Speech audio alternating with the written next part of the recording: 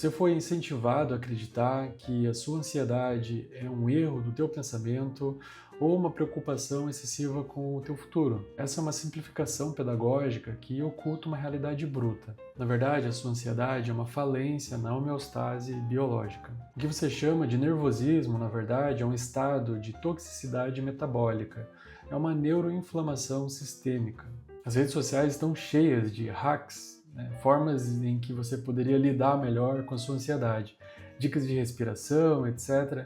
O que ninguém te fala é que, na verdade, você está travando uma guerra civil interna. Nesse estado, o seu sistema nervoso simpático assume o controle e ele sequestrou a sua capacidade de compreender a própria realidade. Importante ressaltar aqui que você não está ansioso porque você é fraco. Você está ansioso porque o seu organismo está tentando processar uma quantidade de informação a qual a evolução humana não previu defesa.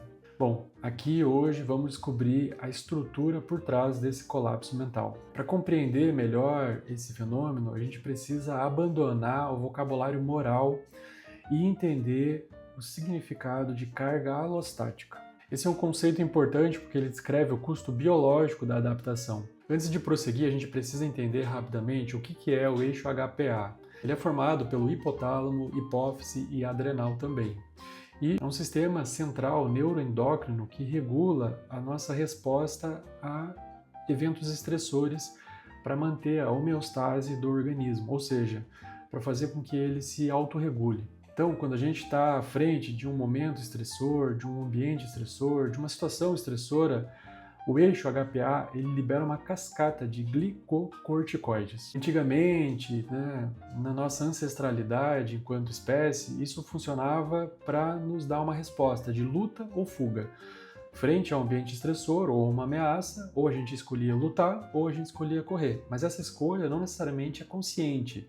É uma força que a gente tem biológica, mental, interna, que nos impulsiona a escolher de uma maneira muito primitiva, muito física, entre fugir, correr e ou lutar. Isso faz com que teu corpo se adapte para isso, fazendo com que o sangue vá para as extremidades, que você fique com a respiração mais ofegante, o teu coração dispara, o teu corpo se prepara ou para fugir ou para lutar.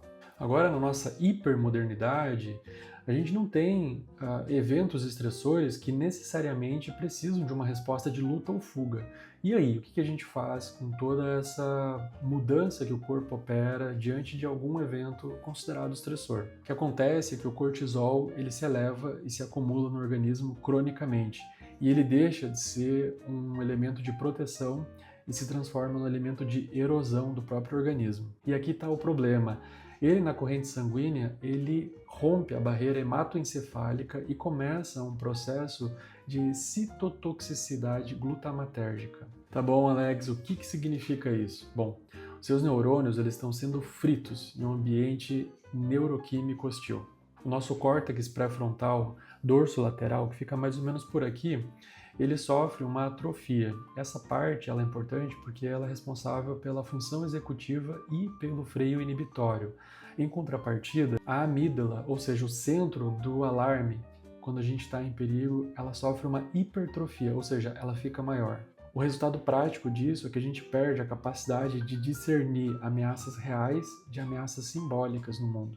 Você acaba se tornando um prisioneiro da tua própria realidade, da tua própria biologia química. Tá, Alex, mas por que esse sistema colapsou exatamente agora? Bom, como aponta Byung-Chul Han, nós estamos transitando da sociedade disciplinar descrita por Michel Foucault e indo para uma sociedade do desempenho. A gente já vive nela, na verdade. Não somos mais sujeitos obedientes e nem cobram isso da gente. Somos agora sujeitos do rendimento. A gente precisa render, performar mais. A ansiedade, nesse contexto, é a patologia social do eu, que se tornou o seu mestre de obras e também o seu carrasco. O imperativo eu posso tudo, ele gera um movimento de autoexploração muito mais intenso, muito mais eficiente do que uma exploração externa, porque ele vem junto com um sentimento de aparente liberdade. Nesse cenário, nosso sistema nervoso autônomo ele é colonizado pelo capital. Nesse cenário, o ócio não é mais um tempo de repouso, de qualidade, é um tempo de recuperação para a próxima atividade. O nervo vago, que é responsável pelo estado de segurança social e também de calma, ele é sequestrado e deixado de lado, escamoteado pela hipervigilância digital. Estamos vivendo um estado de estresse psicológico crônico. Estamos tendo os resultados físicos, corporais, mentais, endócrinos de animais sendo caçados, mas o leão que está atrás da gente, na verdade, é um e-mail, é uma notificação, é uma meta inalcançável. A ansiedade é a inflamação do tempo no teu corpo. Bom, se a neurociência explica o motor, a psicanálise ajuda a explicar o combustível disso tudo. Para Freud, a angústia é um sinal de perigo interno que merece atenção.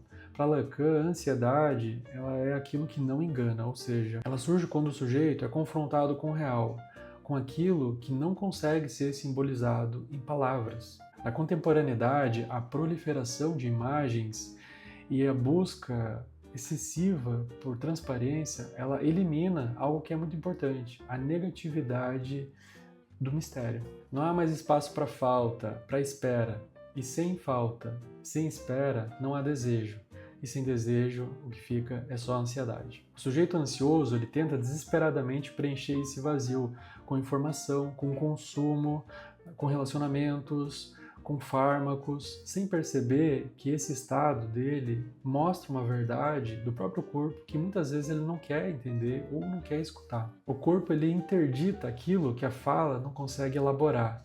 E a gente está falando do quê? Somatização.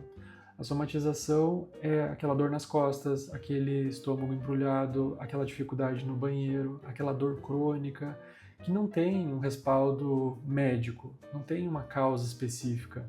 É algo que os médicos vão falar, bom, isso aí é psicológico, procure um psicólogo. A cura para a ansiedade, ela não está em planilhas, ela não está numa melhor gestão do tempo ou em técnicas de relaxamento paliativo, como mindfulness ou como, sei lá, técnicas de respiração.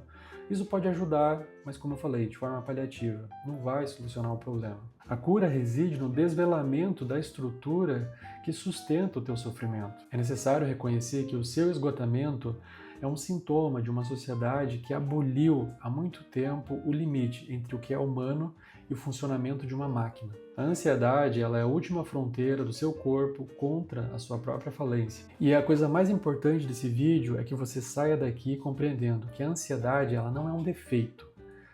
Vamos repetir? A ansiedade ela não é um defeito. Mas Alex, o que é ansiedade? Ela é um grito do teu organismo que você precisa ouvir porque ele está se recusando a ser apenas uma unidade de processamento. A sua ansiedade é o preço de uma produtividade exagerada em um mundo, em uma sociedade que esqueceu como é ser humano. Se você gostou desse vídeo, se você aprendeu algo, não esqueça de curtir, comentar, compartilhar com as pessoas. Tem muita gente que precisa escutar isso. E também me siga nas redes, aqui, em outras redes também. Vamos conversar. Se quiser saber um pouco mais sobre o meu trabalho, conheça também meu site.